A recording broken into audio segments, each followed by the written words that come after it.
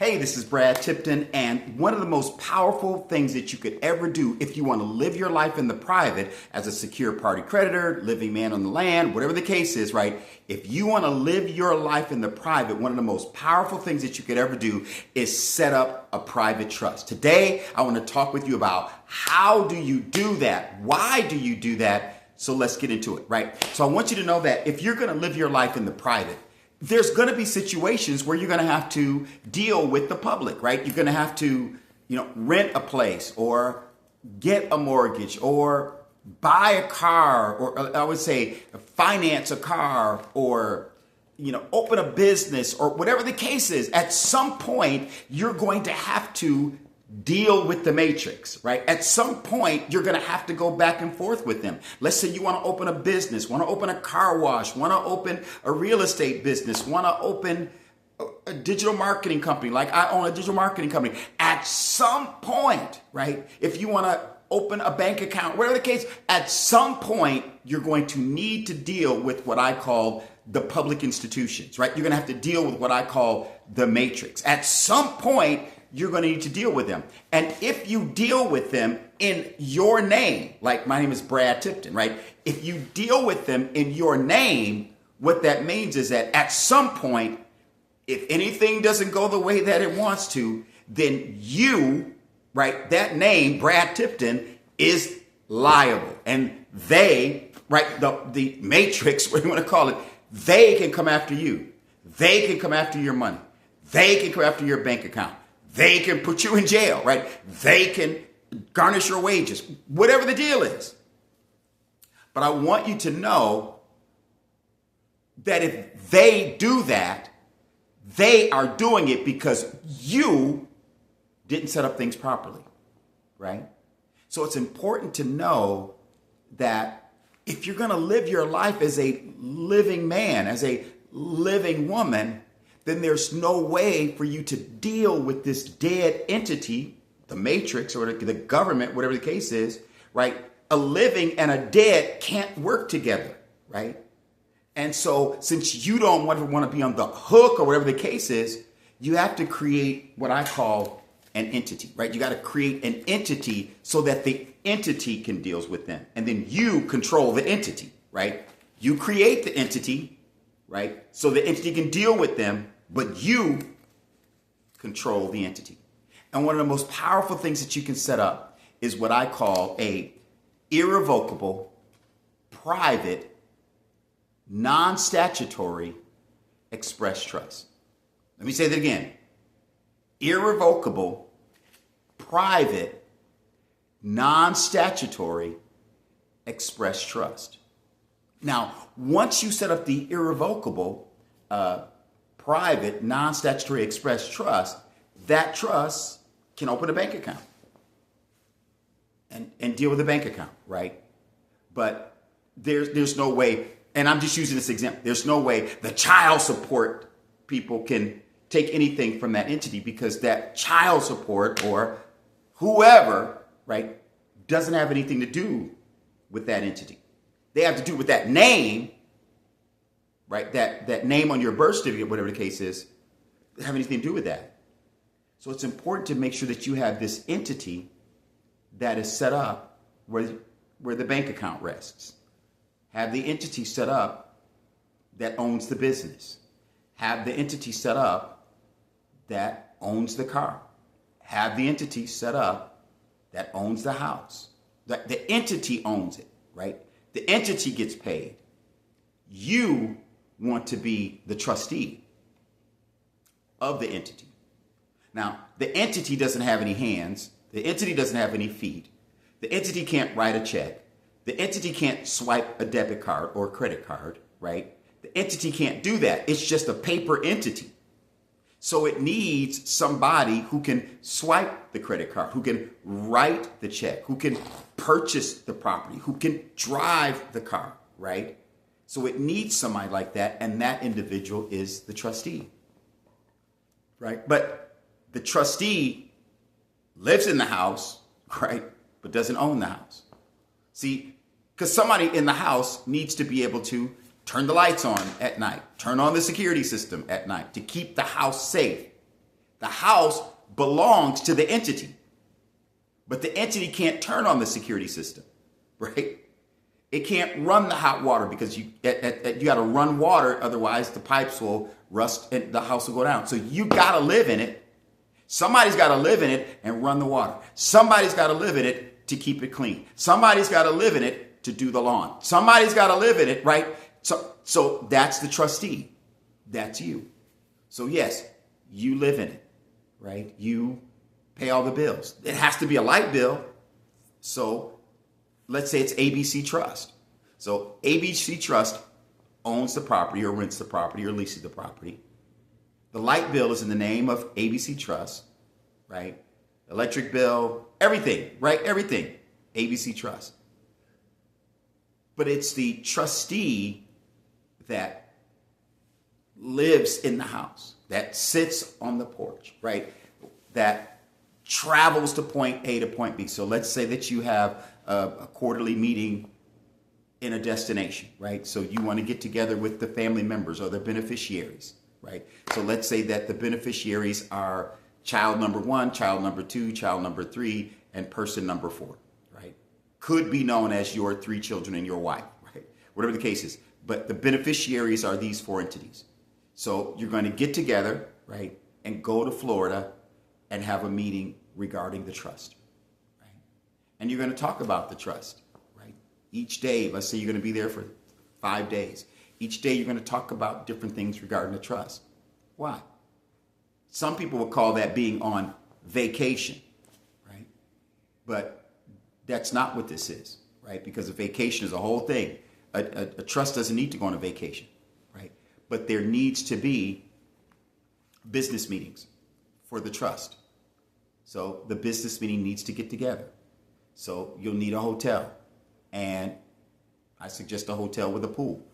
And I suggest a hotel with a dining room, right? Or whatever the case is, right? So you want to make sure that when you meet, right, you meet in a hotel that has all these different amenities so that after the meetings, the children are free to do whatever they want to do, right? You're going to need to rent a car, right? Whatever the case is, right? Eat food.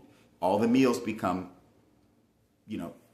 on the trust. The debit card or the credit card for the trust, right? All of this stuff, anything, right? The trust can buy a bunch of silver, so there's assets. So I would just say, look, it's important to understand that as the trustee, you don't own anything. You control everything, but you don't own anything. So if you're going to live your life in the private, whether you call yourself a living man on the land, secure party creditor, whatever you want to call yourself, I would say whatever you are, you don't want to be holding a bank account in your own name. You don't want to be owning a car in your own name. You don't want to be owning property in your own name. You don't want to hold any assets in your own name, right? Because those all trigger what they call taxable events, right? But if you don't make any income, right? If you don't make any money, you're not taxable. There's no, right? There's nothing to tax. You don't have any revenue. You don't own anything. You don't make anything, right? If you need to eat, the trust buys you food. Why would the trust buy you food? Because you are the one that does everything for the trust. So it's important for the trust to buy your food.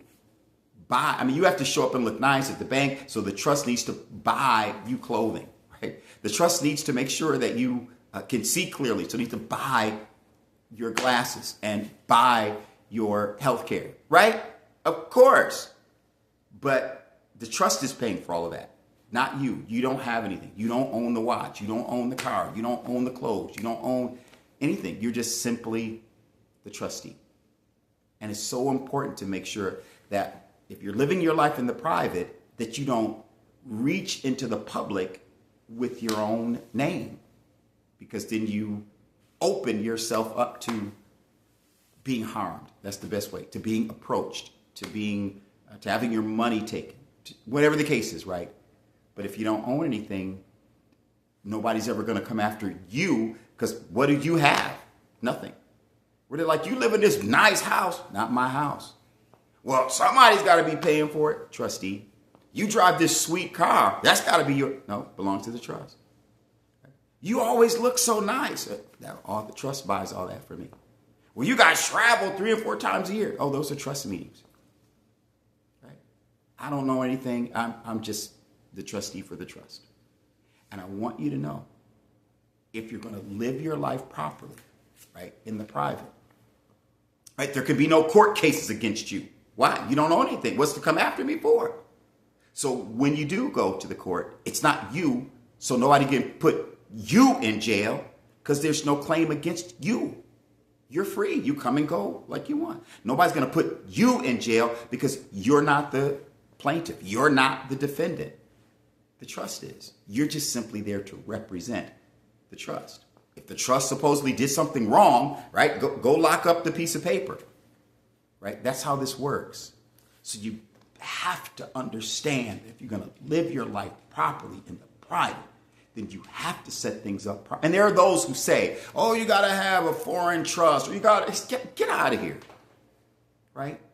Oh, you got to go get an LLC. Right? The moment that you go get an LLC, you have to go to the government to get it. The moment that you go to the government to get anything, you become theirs. They're the boss over it. Their name is not, let's say there's document paperwork regarding your LLC. You know whose name is at the top of the paperwork? State of Louisiana, or state of Mississippi, or what, state of California, state of New Jersey, right? Why? Because your LLC belongs to them. Right? So that means they can come after you. They are in control of it. They own that entity. You don't want that. You want a situation where it's, like I said, it's an irrevocable, right? Which means that once it's set in place, can't nobody take it away. Private, which means that it's not public. Non-statutory, which means that it exists outside of the rules, laws, guidelines of the state or the county or whatever. It's non-statutory. It has nothing to do with the statutes of the state or the country. It's private. It's non-statutory. So no one could ever say it broke a statute. It never was in agreement with the statutes. So it couldn't break a statute because it's non-statutory. Right? It's an irrevocable, private, non-statutory, express, which means that whoever sets it up, right, it's expressed what it can do, what it can't do, what are the depths, the limitations. It's all clear so that when the trustee is doing the business, it's all written out what the trustee can do and not do for the trust, right? It's expressed. So it's a irrevocable, private, non-statutory, express trust. That's how it works. And I know I'm sharing a lot of information. If you need one, and I suggest if you're going to live your life in the private, please get one. Please don't be silly, right? Right? Get one. If you don't know, email me, right? My email is bradtipton@yahoo.com, right? And I'll put it in the description below, right? Email me, ask about these things, right? And I'll walk you through the process. If you want me to create it, I'll create it, right? I just want you to know, if you're going to live your life in the private, right, then you have to have an instrument or an entity to connect or to interface with the public. Right? You're going to need to buy land. You're going to need to buy a house. You're going to need to lease a car. You're going to need to do whatever, right? Let the trust do it. And then you, right, here's the trust. You're inside the trust and you control the trust. The trust is liable. If the trust gets in trouble, not you, right? The trust, you're just simply there to help it because it's not living. It can't walk. It can't talk. It can't drive. It can't sign. It can't swipe. It can't do anything. You're just simply there to help it do it. If it gets in trouble, though, which it never will because you won't do anything stupid to get in trouble, but if you ever did, you are not in trouble. Right? There's no liability against you. There's no court claim against you. There's no garnishment of your money. There's no, right? You're free. And that's what you want. It's not a QSIP number that makes you free. It's not some UCC1 that makes you free. It's understanding, right, that you have to operate properly with the proper instruments to get the result that you want, right? So if you have questions about this, or you need this type of thing, email me. I'm happy to talk with you through it, right? I'll typically sit on the phone with you and talk with you for about 15 minutes, and 15 minutes is my max. After that, the clock starts ticking, and for every 15 minutes after that is $1,000.